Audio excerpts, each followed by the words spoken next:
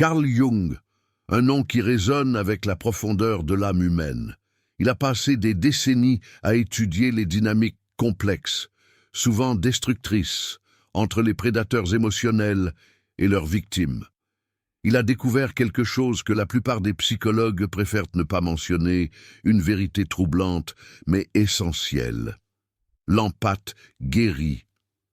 C'est le pire cauchemar du narcissique. Non pas parce qu'il se venge, non pas parce qu'il expose ses mensonges au grand jour, non pas parce qu'il le confronte directement, mais simplement parce qu'il disparaît. Et quand l'empathe disparaît, le narcissique se retrouve face à un vide, un néant, absolument rien. Il y a quelque chose que vous devez comprendre avant de continuer, quelque chose de fondamental. Le narcissique ne vous hait pas. Le narcissique a besoin de vous. Cette distinction est cruciale. Jung appelait cela l'alimentation narcissique. C'est l'énergie émotionnelle que le narcissique vous soutire pour se sentir vivant.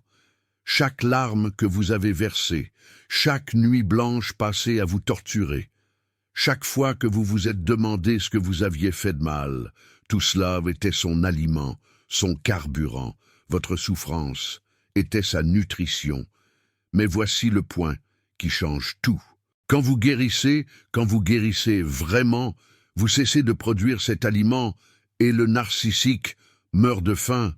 Pas littéralement, bien sûr, mais psychologiquement, Jung a documenté ce phénomène dans des dizaines de cas cliniques. Il l'a appelé la mort de l'objet idéalisé. Quand la victime cesse d'exister comme source d'alimentation, le narcissique expérimente quelque chose qui ressemble à un deuil, mais un deuil tordu, perverti. Il ne pleure pas votre absence.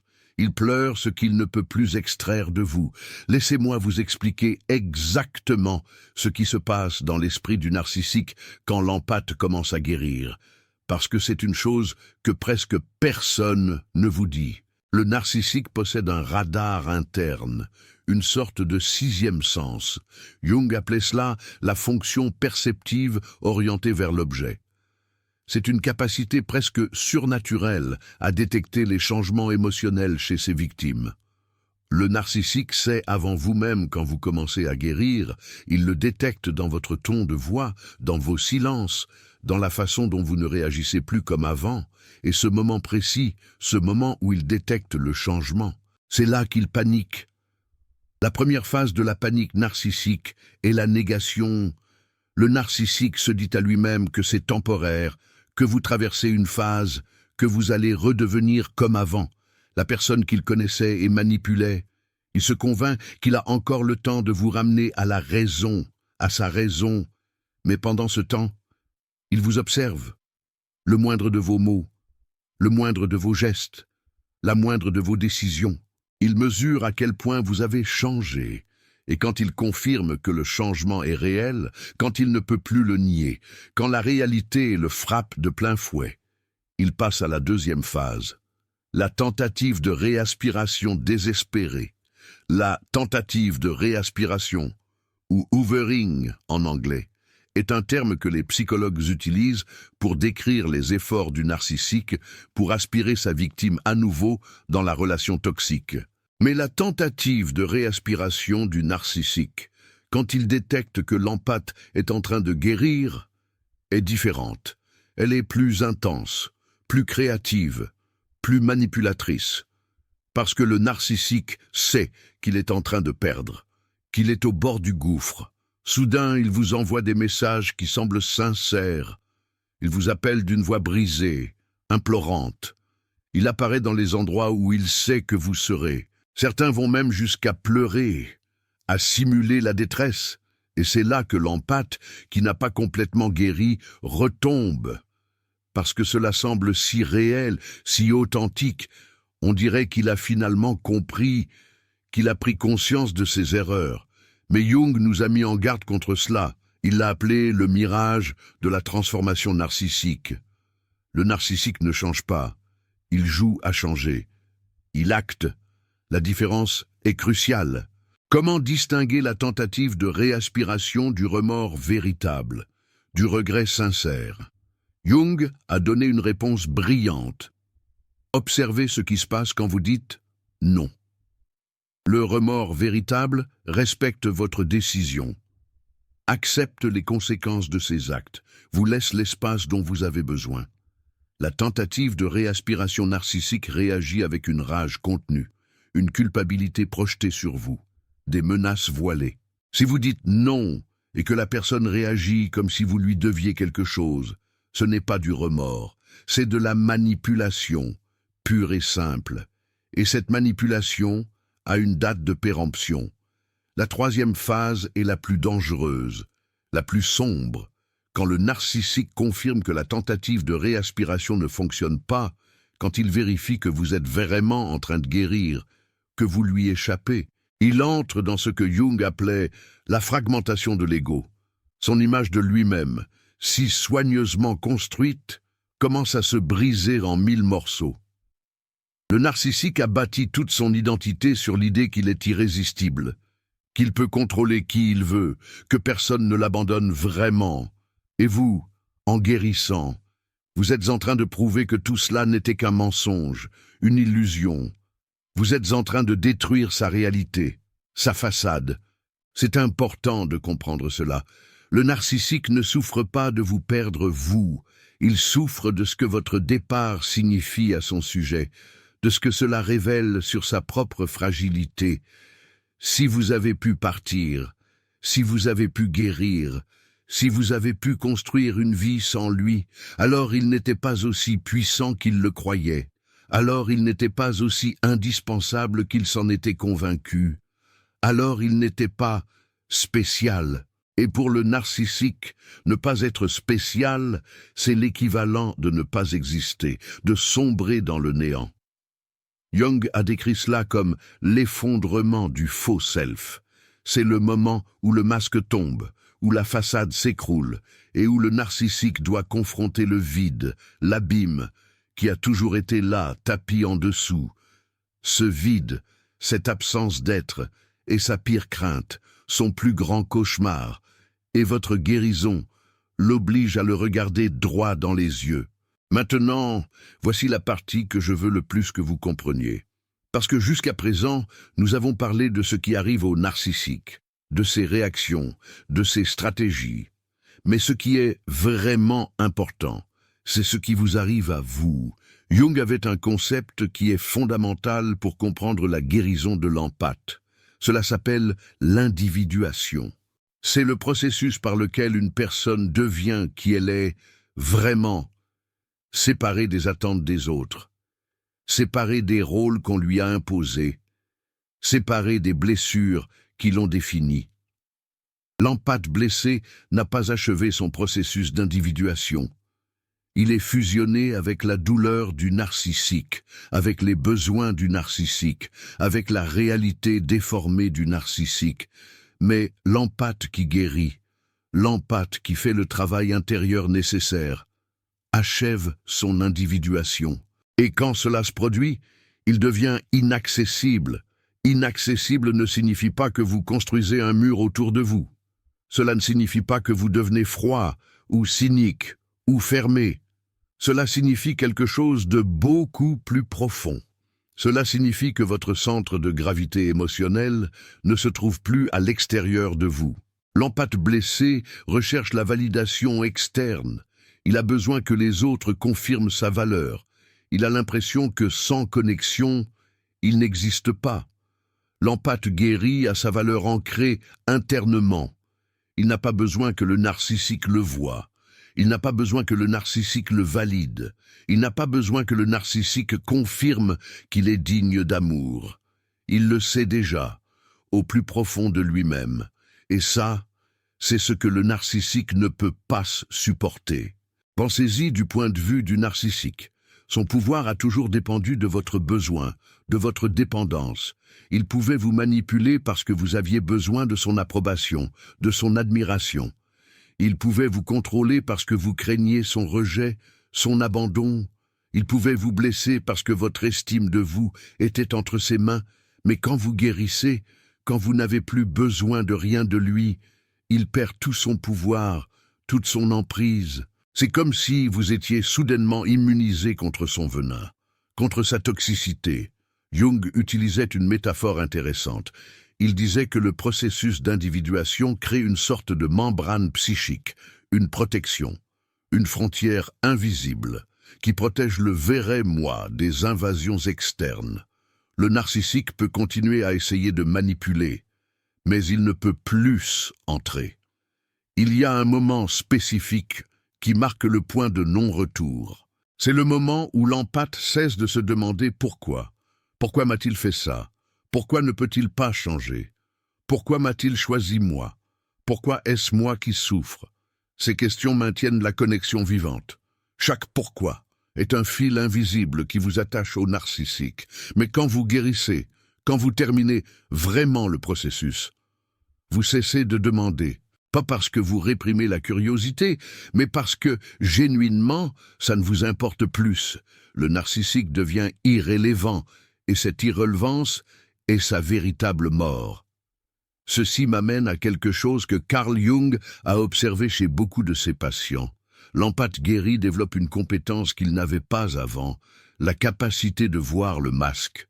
Avant de guérir, l'empathe voyait ce que le narcissique voulait qu'il voie, la personne charmante, l'âme blessée qui a besoin d'amour, le potentiel qui ne se concrétise jamais, mais après avoir guéri, l'empathe voit à travers tout. Il voit la manipulation avant qu'elle ne commence. Il voit le mensonge avant qu'il ne soit complet. Il voit le vide derrière la performance. Carl Jung appelait ça la fonction intuitive intégrée.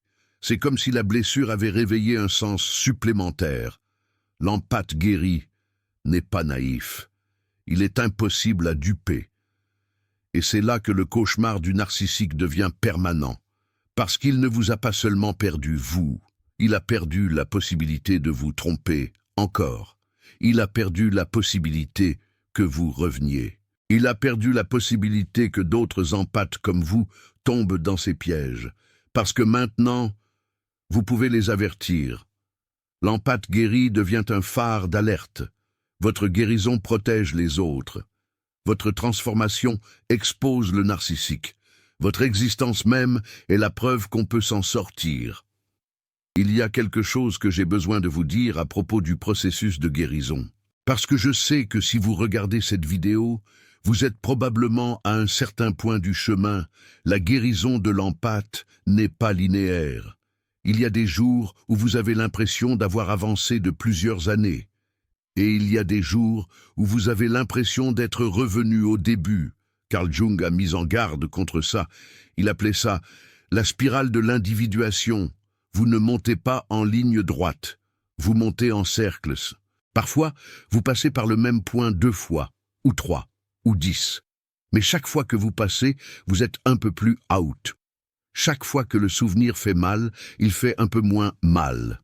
Chaque fois que vous pensez au narcissique, vous pensez pendant moins longtemps. C'est ça le progrès, même si ça ne ressemble pas à du progrès.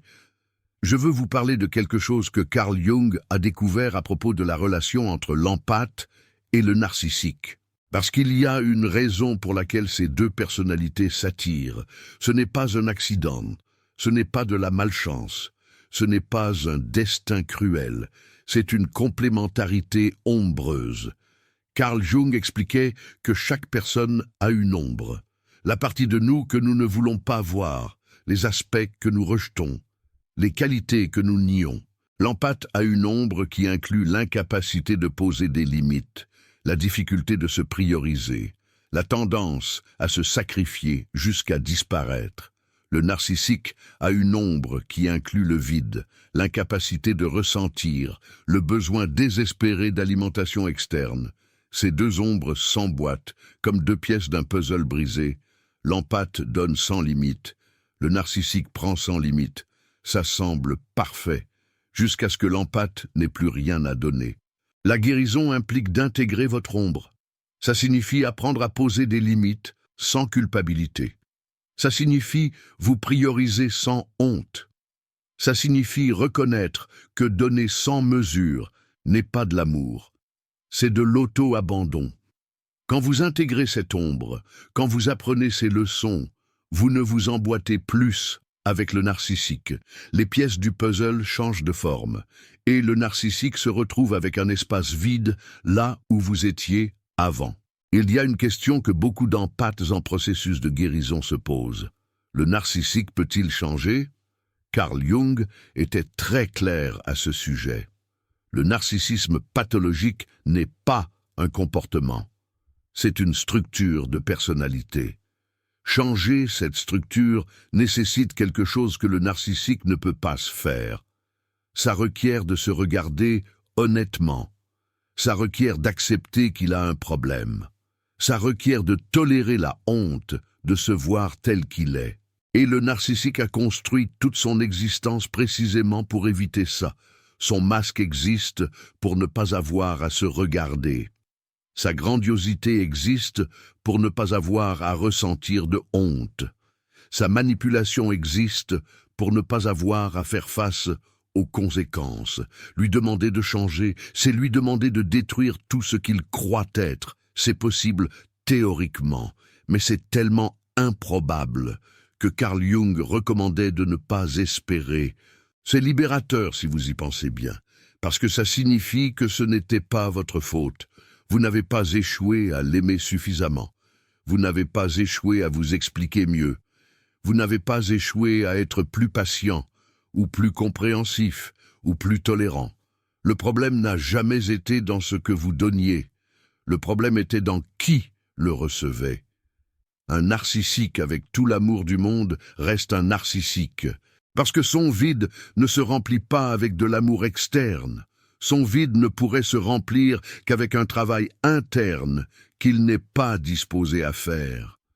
Votre guérison ne dépend pas qu'il change. Votre guérison dépend que vous changiez. Et ça, c'est complètement entre vos mains. Laissez-moi vous parler des 5 phases que Carl Jung a identifiées dans la guérison de l'empathe. Parce que comprendre où vous en êtes vous aide à continuer, avancer. La première phase est le réveil. C'est quand vous voyez enfin ce qui se passait, quand les pièces s'emboîtent, quand vous comprenez que vous n'étiez pas fou ou folle, que la manipulation était réelle, que l'abus était réel, que votre perception était juste. Cette phase fait mal, elle fait mal parce qu'elle implique d'accepter que vous avez été trompé, que vous avez fait confiance à qui vous ne deviez pas, que vous avez tout donné à qui ne méritait rien. Mais elle libère aussi, parce que la vérité libère toujours, même si au début, la vérité ressemble à un coup. La deuxième phase est le deuil, et c'est quelque chose que beaucoup de gens ne comprennent pas. Vous ne pleurez pas seulement la relation, vous pleurez la personne que vous croyiez qu'il était. Vous pleurez le futur que vous imaginiez. Vous pleurez la version de vous-même qui existait dans cette relation. Carl Jung disait que ce deuil est nécessaire. Vous ne pouvez pas avancer si vous n'enterrez pas ce qui est morte. Et dans la relation avec le narcissique, il est mort beaucoup de choses. Votre confiance est morte. Votre sécurité est morte. Votre capacité à croire en l'amour sans le remettre en question est morte.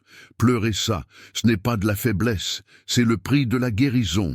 La troisième phase est la rage.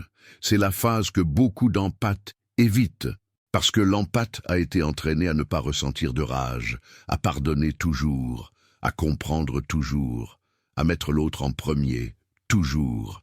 Mais Carl Jung insistait sur le fait que la rage est nécessaire, pas la rage qui détruit, pas la rage qui cherche la vengeance, la rage qui établit des limites, la rage qui dit « ceci n'était pas correct », la rage qui reconnaît ton droit d'être en colère pour ce qu'on t'a fait. Si tu sautes cette phase, si tu pardonnes trop rapidement, tu ne guéris pas, tu ne fais qu'enterrer la douleur ailleurs, au plus profond de toi. La quatrième phase est la reconstruction. C'est quand tu commences à te demander qui tu es sans lui. Cette question fait peur, parce que le narcissique a occupé tellement de place dans ta vie que tu as oublié comment c'était d'exister sans cette présence. Tes goûts étaient adaptés aux siens, tes horaires tournaient autour des siens, tes décisions considéraient toujours sa réaction. Et maintenant tu dois découvrir ce que tu aimes, ce que tu veux pour ta vie. qui tu es quand personne ne te manipule. Cette phase peut être excitante, mais elle peut aussi donner le vertige.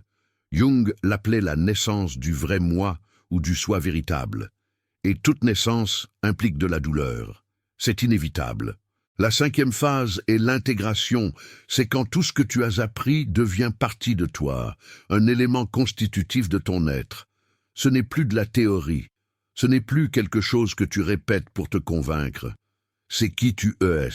Tu sais poser des limites sans culpabilité. Tu reconnais les signaux de danger avant qu'il ne soit trop tard. Tu fais confiance à ton intuition parce que tu as appris à l'écouter. Et le plus important, tu ne définis plus ta valeur par la façon dont les autres te traitent. L'empathe guéri a un centre interne, une force intérieure, une ancre que personne ne peut bouger, un point d'appui solide. C'est ce que le narcissique ne peut pas toucher, c'est ce qui le terrorise, littéralement. Maintenant, je veux te parler de quelque chose d'important. Les tentatives du narcissique pour revenir, parce qu'elles vont arriver, ou presque. Presque tous les narcissiques tentent le hoovering quand ils détectent que la victime est en train de guérir, de se reconstruire, et tu dois être préparé. Le hoovering peut prendre beaucoup de formes. La plus évidente est le contact direct. Messages, appels, apparitions inattendues.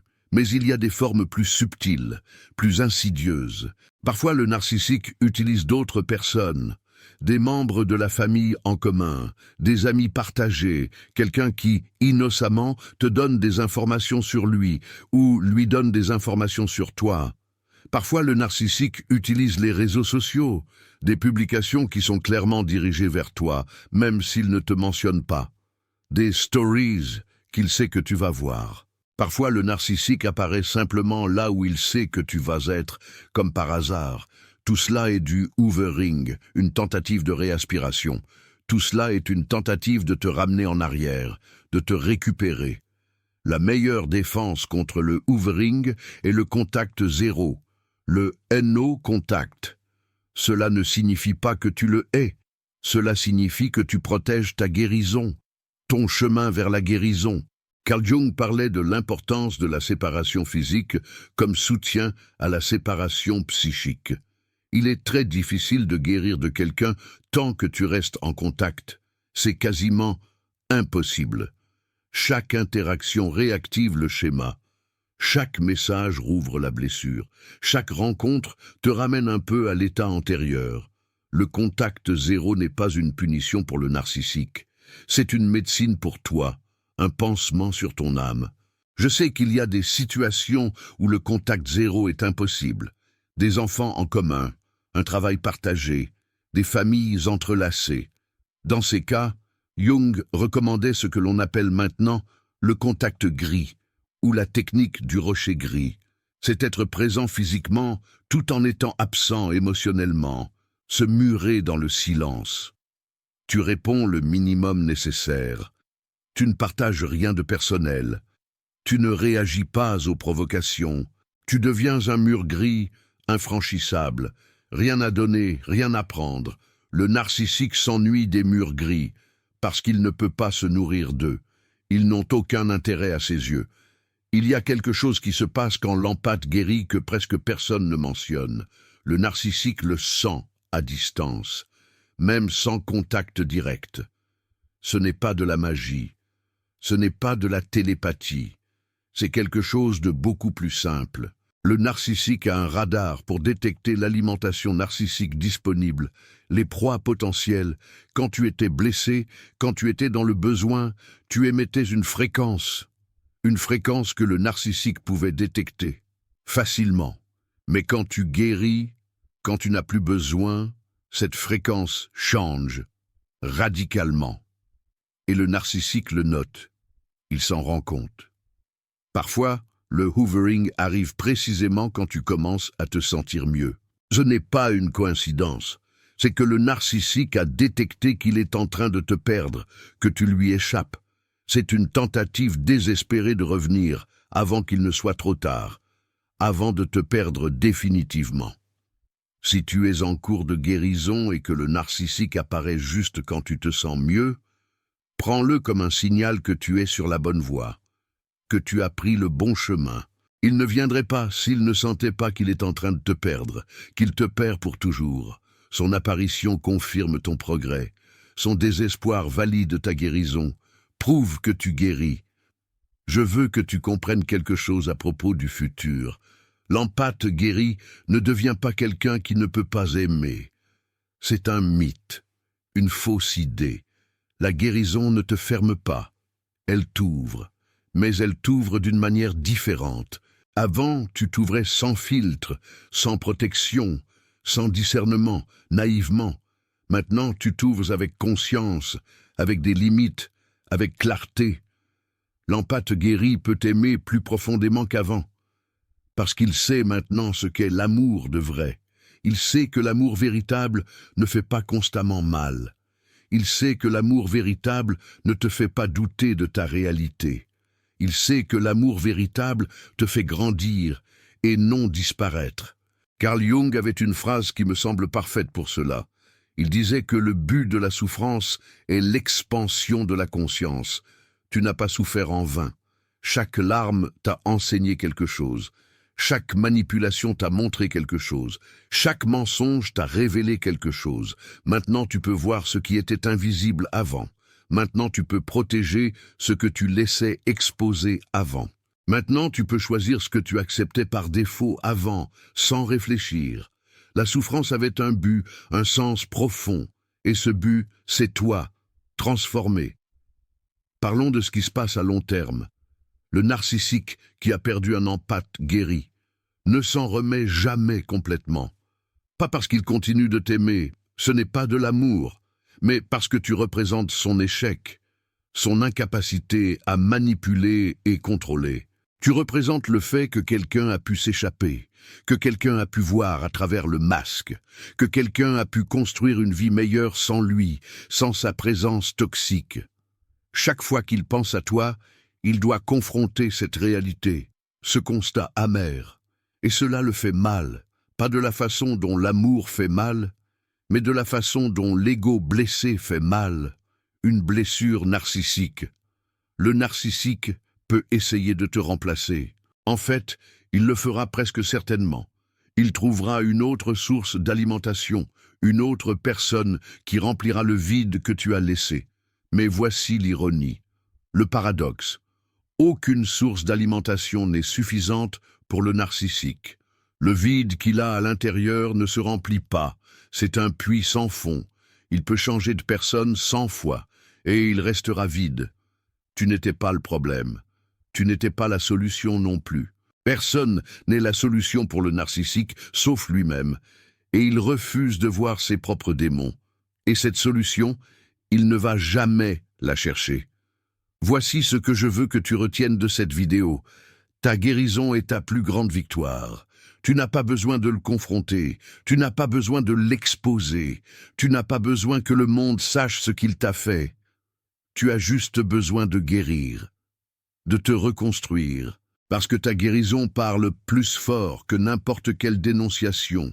Ta transformation est la preuve évidente qu'on peut s'en sortir. Ta nouvelle vie est la démonstration que le narcissique n'a pas gagné. Carl Jung, cet homme, a écrit quelque chose qui me semble parfait pour conclure. Il a dit que la plus grande menace pour les prédateurs émotionnels, ce n'est pas la confrontation, c'est l'indifférence. Quand tu ne réagis plus, quand tu n'as plus besoin, quand ça t'est égal, le prédateur perd tout son pouvoir et toi, tu récupères le tien entièrement. Si cette vidéo t'a permis de voir ta situation sous un angle différent, si elle t'a aidé à comprendre pourquoi ta guérison terrifie le narcissique, j'aimerais te demander quelque chose. Il y a un bouton « Super Thanks » juste ici, en bas. Chaque fois que quelqu'un l'utilise, il exprime quelque chose d'important. Il dit que ce type de contenu a de la valeur, que ces vérités méritent d'être dites, que les empathes en cours de guérison méritent d'être soutenus. Ce n'est pas juste un don, c'est un acte de validation. La validation que ta guérison compte. La validation que ces histoires doivent être racontées, partagées, la validation qu'ensemble, nous pouvons aider plus de personnes à s'en sortir. Si tu peux le faire, Merci du fond du cœur. Et si tu ne peux pas, ta présence ici signifie déjà énormément. Il y a quelque chose que j'aimerais que tu fasses maintenant. Avant de passer à la vidéo suivante, pense à une personne, une seule, qui traverse ce que tu as traversé. Quelqu'un qui est encore dans la phase de confusion, ou dans la phase de deuil, ou dans la phase de se demander si le problème, c'est elle. Parce que parfois, la seule chose dont nous avons besoin, c'est de savoir que quelqu'un d'autre comprend, vraiment, et de savoir qu'on peut s'en sortir, qu'il y a un espoir. Ton partage peut être le point de bascule pour quelqu'un. Le moment où elle voit enfin qu'elle n'est pas folle, que la manipulation est réelle et que c'est très grave, et qu'il y a une issue, une porte de sortie. Si tu as déjà terminé ton processus de guérison, si tu es déjà de l'autre côté, je veux entendre ton histoire. Commente ci-dessous. Combien de temps cela a pris? Quelle phase a été la plus difficile? Qu'est-ce qui t'a aidé à aller de l'avant, à persévérer? Ton expérience peut guider quelqu'un qui est là où tu étais, et si tu es encore dans le processus, commente où tu en es, exactement. Dans quelle phase te reconnais-tu? Qu'est-ce qui te coûte le plus? Parce qu'il y a des centaines de personnes qui lisent ces commentaires, qui sont dans la même situation que toi, et parfois, juste savoir que tu n'es pas seul change tout. L'empathe guérie, c'est le pire cauchemar du narcissique. Parce qu'il représente tout ce que le narcissique craint, absolument tout. La possibilité de perdre le contrôle, la possibilité d'être vu tel qu'il est vraiment, la possibilité de se retrouver sans alimentation narcissique, sans rien. Mais pour toi, l'empathe guéri représente autre chose, une perspective radicalement différente. Il représente la liberté, il représente la paix intérieure, profonde. Il représente la version de toi qui a toujours été là, attendant d'être déterrée. Cette version mérite de vivre, pleinement. Cette version mérite l'amour véritable, l'amour authentique. Cette version mérite un avenir sans manipulation, un avenir radieux. Et cette version est déjà en train d'émerger, doucement, mais sereinement, avec chaque jour que tu passes à guérir, à te reconstruire, avec chaque limite que tu poses, fermement, avec conviction, avec chaque fois que tu choisis ta paix sur son chaos. Le narcissique le sait, il le sent viscéralement, et ça le terrifie au plus profond de son être. Jusqu'à la prochaine vidéo, continue de guérir. Ta guérison ne te sauve pas, seulement toi. Elle sauve tous ceux qui te verront fleurir, te transformer, et elle montre au monde qu'on peut s'en sortir, qu'il y a un chemin